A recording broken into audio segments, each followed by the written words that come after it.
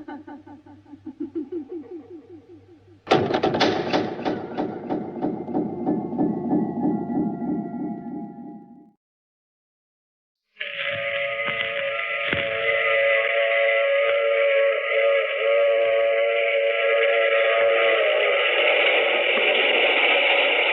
Mutual Broadcasting System presents The Mysterious Traveler.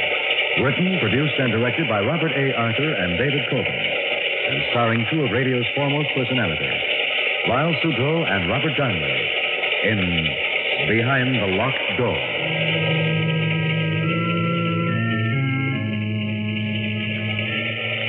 This is the Mysterious Traveler inviting you to join me on another journey into the realm of the strange and the terrifying. I hope you will enjoy the trip, and it will thrill you a little and chill you a little.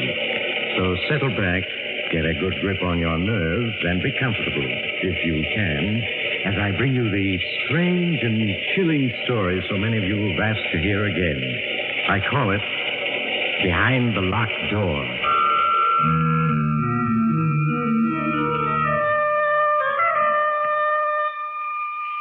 Our story begins in the beautiful mountain region of Lake Mead, Arizona. A convertible car is speeding along a deserted road which winds through the mountains. The car slows down, turns into a dirt road. A few minutes later, it comes to a stop before a small mountain lodge. Kathy Evans, an attractive girl in her early 20s, gets out of the car, runs up the steps of the lodge to the front door. She knocks impatiently, looking about anxiously.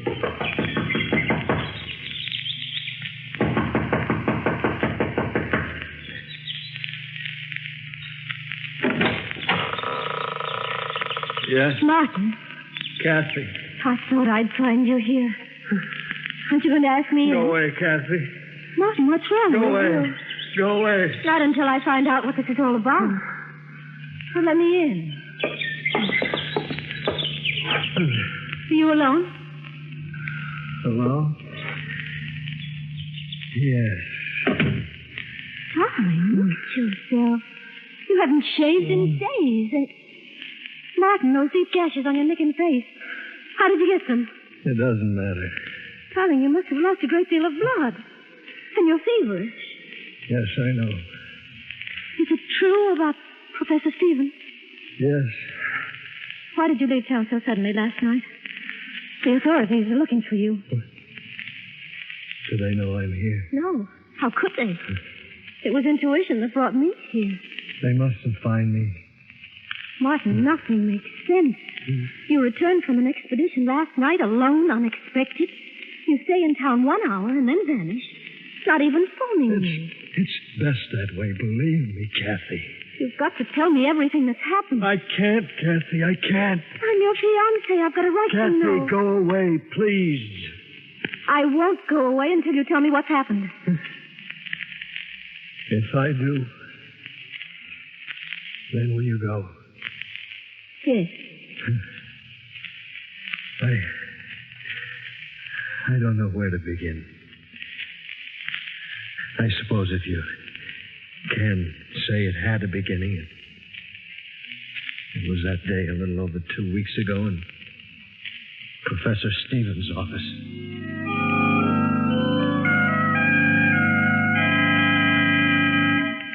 Come in, Martin. Come in. Have a seat. Thank you, Professor. Martin, how would you like to go exploring with me for, say, 10 days, 2 weeks at the outside? Exploring where? The Vermilion Cliffs along the Colorado River. I found some wonderful Aztec pieces there last summer. One large cave I stumbled on proved to be a veritable treasure trove. Yes, I've seen those Aztec pieces in the University Museum. Now, the Vermilion Cliffs still remain largely unexplored. I'm sure that we could turn up many more objects of interest. It certainly sounds intriguing. The only reason I hesitate, Professor, is because of Kathy. Oh, I'm sure she'd give you a 2-week leave of absence. Yes, I suppose so. How many of us would go? Well, it would just be you, myself, and an Indian guide, and 3 burros. I find that the fewer there are on an expedition, the better. Mm-hmm. When would we leave? Well, what about the day after tomorrow? All right, Professor, I'm with you.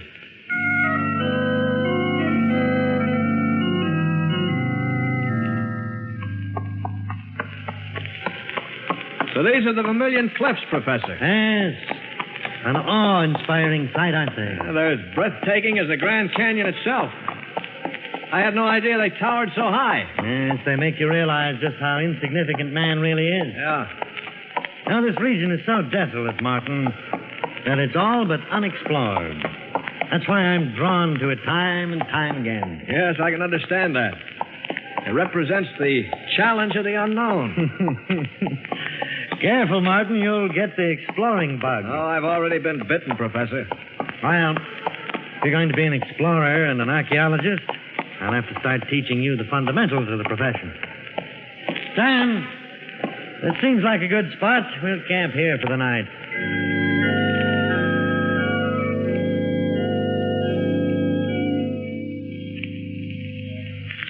Phew. Well, it certainly is hot, Professor. Exploring isn't as easy as I thought. All right, Professor, what is it? For 20 minutes now, you've been sitting on that rock staring at that cliff. Note the boulders strewn over the face of that cliff. What about them? And that's a very peculiar landslide. If you carefully study the formation of it, What's peculiar about it? many of the rocks look as though they'd been placed there by human hands. But why and by whom? Well, one of the ancient Aztec forms of punishment was to seal a person in a cave by means of a landslide or just piling heavy rocks in front of the mouth of the cave. That landslide, there must be hundreds of tons of rock there. Yes. Well, fortunately, we're prepared for it. Is that why you brought the dynamite along? Yes. Probably all we'll find will be a skeleton. In that case, it'll have been a waste of dynamite. However, we'll chance it. Oh, Sam. What do you want? Get the case of dynamite, Sam. I'm going to blast that landslide. Professor, better leave it same way it be. Why? Evil spirit sleep in cave. Better not wake him up. You really believe that? Martin, I wouldn't laugh. Sam may be uneducated, but he senses things that you and I can't even begin to comprehend.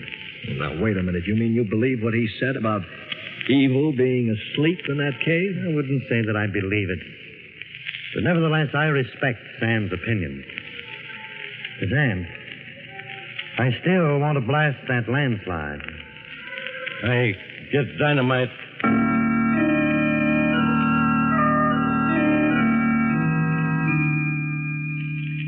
Keep your head down, Martin. When I set that dynamite off, there are going to be a great many rocks flying around. Don't worry, Professor. I've got cover. Sam, you ready? Yes, Professor. All right. Here goes.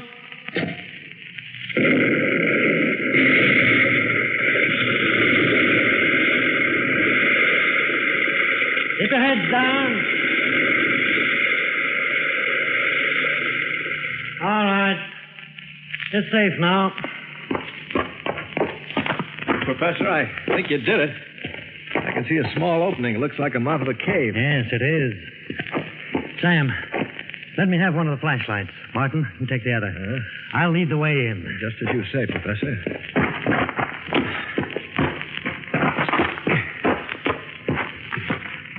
The air doesn't seem too bad in here. Yes, it's all right. Yeah, what's that noise? Just rats scurrying around. Oh. Certainly a huge cavern. Look at that ceiling. Must be 200 feet high. Look at the bats up there. Yes, huge ones. I have a feeling that this cavern and others extend for miles underground. Yeah, Professor, look. Skeleton. Yes. There's another one over there. Yes. Let's see what else there is. Wagon train. What? Good Lord. Sam's right. It's a wagon train. A wagon train? Yes. There are at least 30 or 40 wagons in this cavern. Look. Skeletons of horses. Yeah. Here's a skeleton with an arrow beside it. Let me see it. Oh. Appears to be a Navajo arrow. What do you think, Sam? Navajo. Professor, this wagon train, what's it all mean? Well, many years ago, this wagon train was attacked by Indians. Wagon train retreated into this cavern, hoping to save themselves that way. And then the Indians caused a landslide, sealing them in. Yes. Poor devils. Notice that old gun lying there. Yeah. The flintlock. Seems to suggest that this wagon train must be at least 100 years old. Yeah, probably headed for the California gold rush of 1848. Yes. Well, we'll come back tomorrow and search this wagon train thoroughly. I'm sure we'll find many things of great interest. The next morning, after an early breakfast, Sam and I followed Professor Stevens back into the cavern. We spent the morning investigating the trunks and boxes we found on the wagons. And among the moldy clothing and 101 household articles, we found faded letters and newspapers which showed the wagon train had crossed the Mississippi in the summer of 1849, headed west for California and gold. We finished rummaging among the effects of the wagons, and the professor suggested we explore the cavern. We followed him from one cavern to another, each varying in size.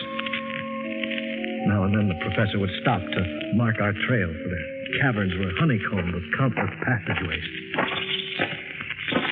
How far do you think we've come, Professor? I should say we're about a mile from the wagon train. We'll go back a few more minutes. We go back now.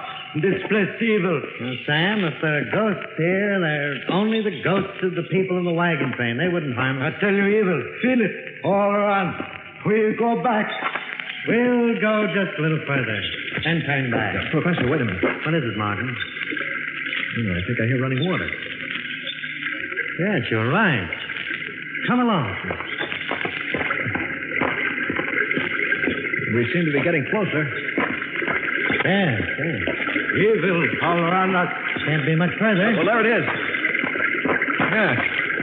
It's a small river. Look how swiftly it's flowing. This probably flows for miles underground and it empties into the Colorado River. Say, Professor, here along the bank, there's a tremendous pile of fish bones. Yes, so there is. Look. Well, there are even more on the other side of the river. What do these huge piles of fish bones mean? It's very strange. How do you account for it? I'm afraid that at the moment I can't. Sam, you any ideas about it? Evil all around us. Feel him strong. Professor, he's trembling. Sam, there's nothing to be afraid of. Look, I'll shine my flashlight around, see? We're being watched.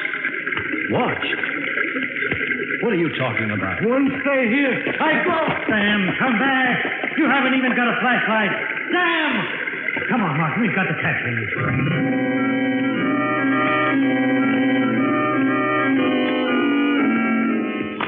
Sam! Wait for us. I can still hear his footsteps. We've got to catch him. Can you stop a serious injury running in the dark like that? Sam! Wait for us! Professor, it's Sam, screaming. This way. That fool's probably broken his leg. No, it sounds more like a fight. Fight? Who could he possibly be fighting with? He stopped. Sam, where are you? Keep shining the flashlight around. Can't be much further. Sam! There he is. Yes. He's just sitting against that boulder. His head down. Sam, give me a hand with him. God, Lord. His face. Neck. Yes.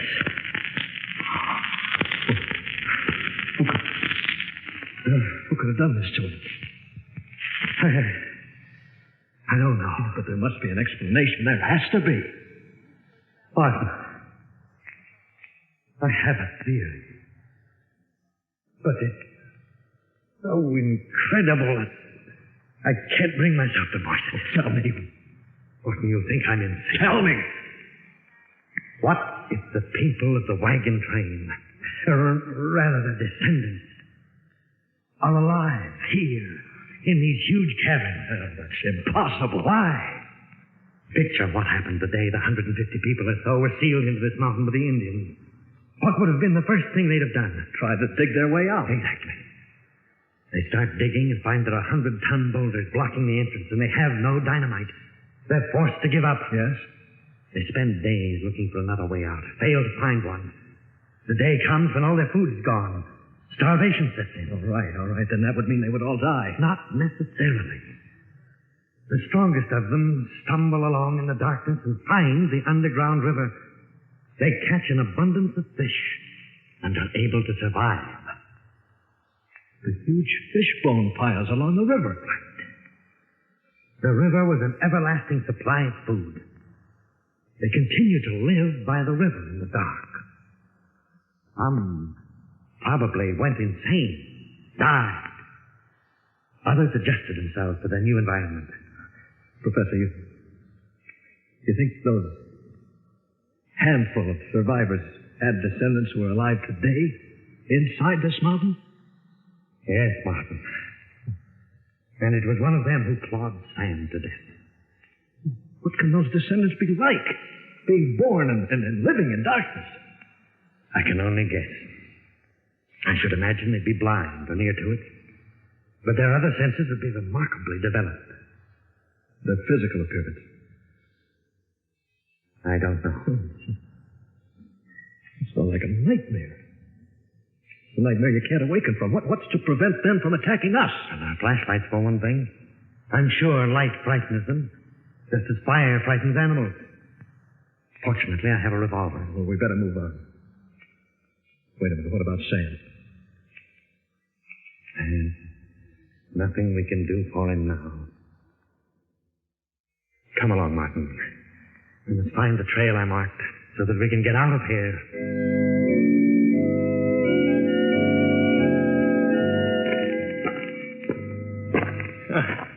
Seems we've been searching days for the markings you left. Yes. Actually, it's been 10 hours. But... Listen. What? The river. Yes. Come along. Yeah. Once we reach the river, we'll be able to pick up the trail I marked. Well, we're getting closer. Yes. There it is. Here we are. Look, Martin, there's my marking on a passageway. We found the trail. Yes. Martin, 2 a.m. We'd better rest for a few hours. We're both too exhausted to go on right now. Just one of us stand guard, and the other sleep. All right. I'll set up the first hour. Thank you, Martin. Keep the flashlight on. Don't worry. I will. In a matter of minutes, the professor fell asleep. I sat on guard, flashing my light slowly around the huge cavern. I looked at my watch, and the seconds seemed like minutes, and the minutes like hours. My eyes grew heavy, and I finally dozed off.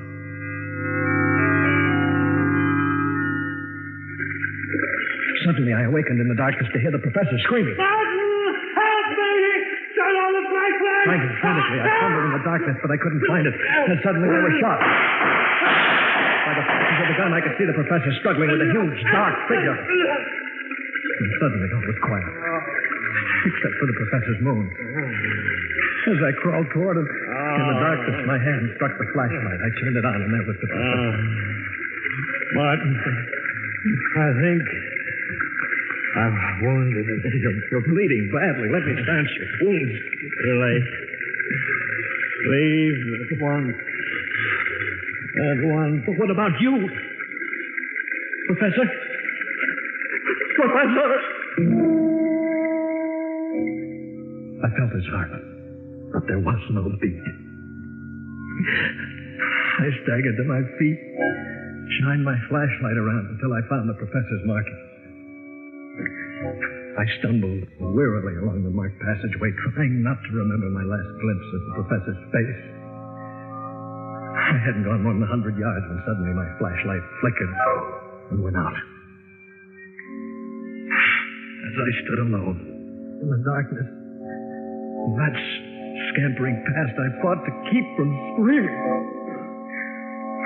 The darkness seemed to become heavier and more oppressive with each passing moment, and I had the feeling something was silently approaching. I backed up against the passage wall and waited, my eyes straining in the darkness, and then suddenly I was leaped upon by a wild fury. I threw my arms up as razor-like claws raked my face and neck. Again and again, the guard savage was knocked aside, and I could feel the blood streaming down my face and neck. And then suddenly the deathly clawing ceased as my attacker turned to ward off something in the dark. As I sank to my knees, I was dimly aware of a fierce fight taking place, and then consciousness left.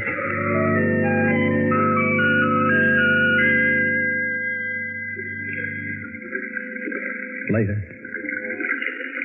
How much later, I have no way of knowing.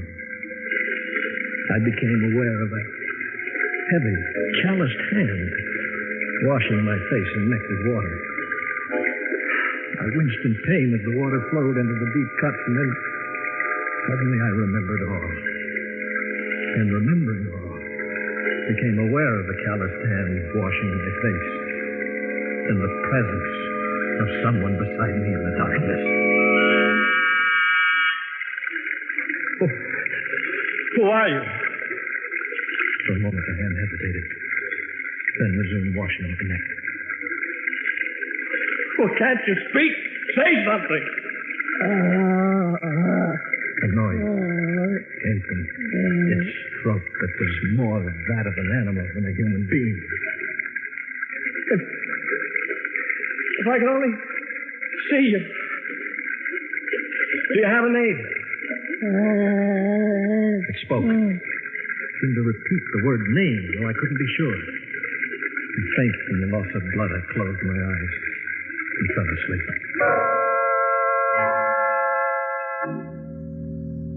When I awoke, my face and neck felt stiff and painful. It seemed to sense I was awake, for as I opened my eyes and stared into the darkness, it came to my side.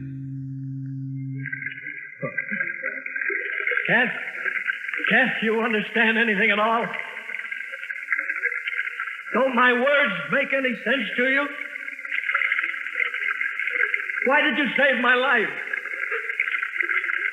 My hand brushed against its hand, and I could feel the sharp, claw-like fingers on it. I reached out in the darkness. As I touched its face, it bit my hand. I tried to get to my feet, but it placed a strong hand on my shoulder and held me down. At that moment, I realized that not only was it my savior, but my jailer as well. I lost all track of time. Now and then, it would leave me. And I would cautiously get to my feet to steal off, but no sooner had I taken more than a few steps than it would be there at my side, forcing me to return to the bank of the river. I spent my every waking moment trying to think of a way to escape. And then, when my despair was greatest, an idea came to me. The professor had said that the underground river I lay beside emptied into the Colorado River. Though the odds were 100 to 1 against my surviving, I knew it was the only possible way of escape. Slowly, I crawled a few remaining feet to the edge of the river and, leaning over, started to wash my face. I could sense that it was watching me. I leaned forward a few inches more and fell into the river. As I came up for air in the swift-flowing water, I heard a splash beside me. A moment later, I felt its arms around me. The current swept us along with breathtaking speed, and as we clung to each other, I discovered that it couldn't swim. For what seemed hours, the river swept us along in the darkness, and I felt myself losing consciousness as I attempted to keep the two of us above water.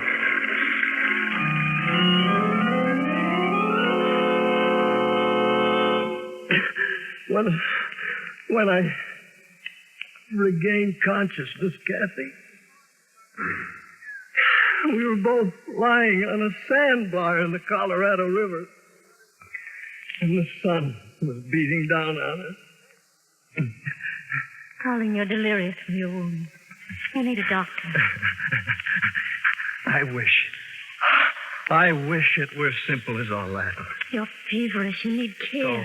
Go away, Kathy. Go How away. can I? Leaving you alone like this? Don't you understand? I'm not alone.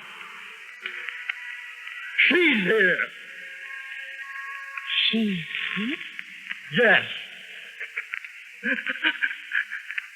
Didn't I tell you? Turned out to be a she. You're out of your mind. You don't know what you're saying. First saw her. That first time.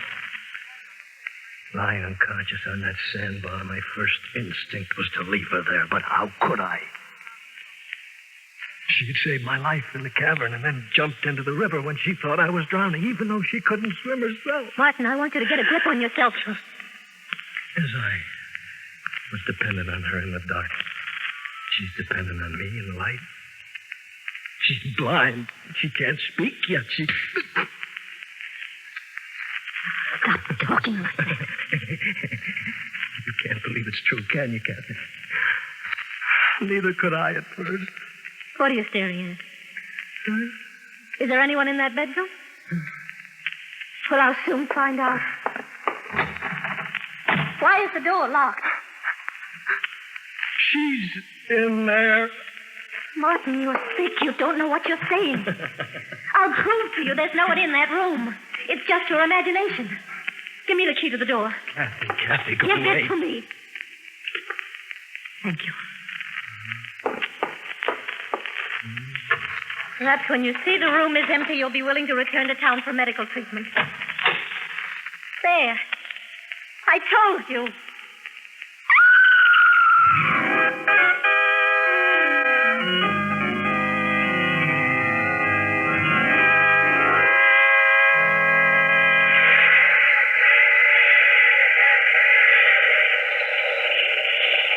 This is the mysterious traveler again. Did you enjoy our trip? What's that, madam? You want a description of what Kathy saw when she opened that bedroom door? Well, you might ask Kathy. The only trouble is the poor girl gets hysterical when you question her about the occupant of that bedroom. I suggest you write a letter to the Museum of Horrors for a full description. They consider the Woman of the Mountain as their star exhibit. Because when she... Oh, you have to get off here. I'm sorry. I'm sure we'll meet again. I take this same train every week at this same time.